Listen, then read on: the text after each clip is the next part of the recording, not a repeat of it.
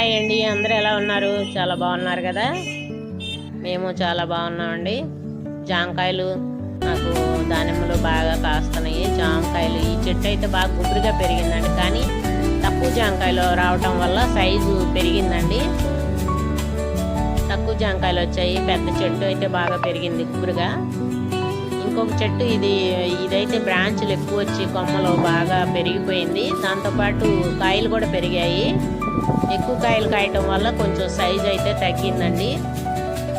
తక్కువ కాయలు వచ్చిన చెట్టేమో కొంచెం పెద్ద కాయలు వచ్చాయి. నాకు 4 చెట్లు ఉన్నాయండి, జామ చెట్లు. ఈ చెట్టు ఎక్కువ బాగా పెరిగిపోయింది.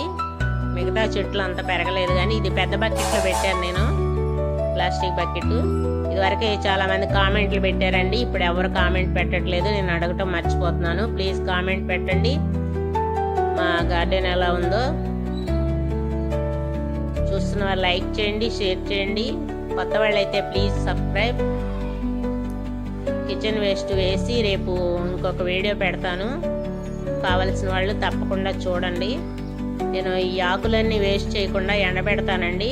ఎండబెట్టి ఒక పెద్ద గోన్లో డ్రమ్లో కానీ స్టోర్ చేసుకోండి. కిచెన్ వేస్ట్తో పాటు ఆ ఆకులు కూడా, ఎండే ఆకులు వేయండి. చాలా బాగా ఎరువు ఉపయోగపడుతుంది. వేర్లు అయితే బాగా స్ప్రెడ్ అవుతాయి ఆకులు వేస్తే.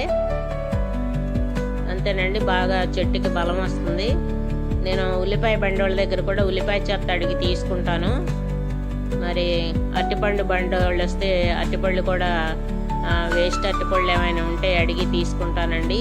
ఉల్లిపాయనివి అన్నీ ఇట్లా ఒక 100 రూపాయల టబ్బులో నేను బియ్యం కడిగిన నీళ్ళు అన్ని, కిచెన్ వేస్ట్ అన్ని నానబెట్టి వారానికి ఒకసారి వేస్తానండి.